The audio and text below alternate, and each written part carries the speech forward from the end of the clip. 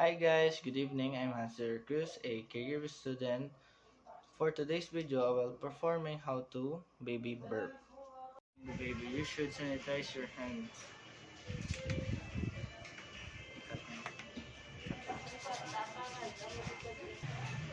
Cradle, hold, make sure you provide support and neck, back, head, butt.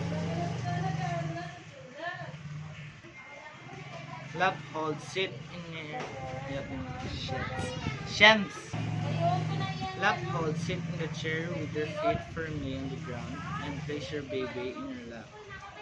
Her head should be at your knees, facing up. Baby feet should be tucked in your waist.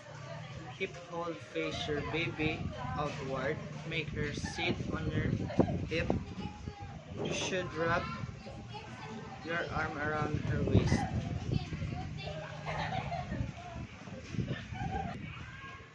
Shoulder hold, make sure you use burping cloth to manage the mess. Sit upright or stand.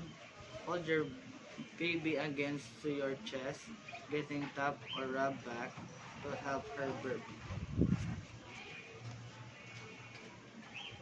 Baby sitting up in your lap on a cross knees. Support the baby chest and head, gently tap or rub at the baby back to help her burp.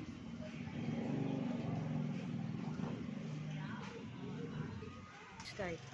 Sitting up, gently assist the baby into sitting position, supporting the neck and back to pat or rub the back or help her burp.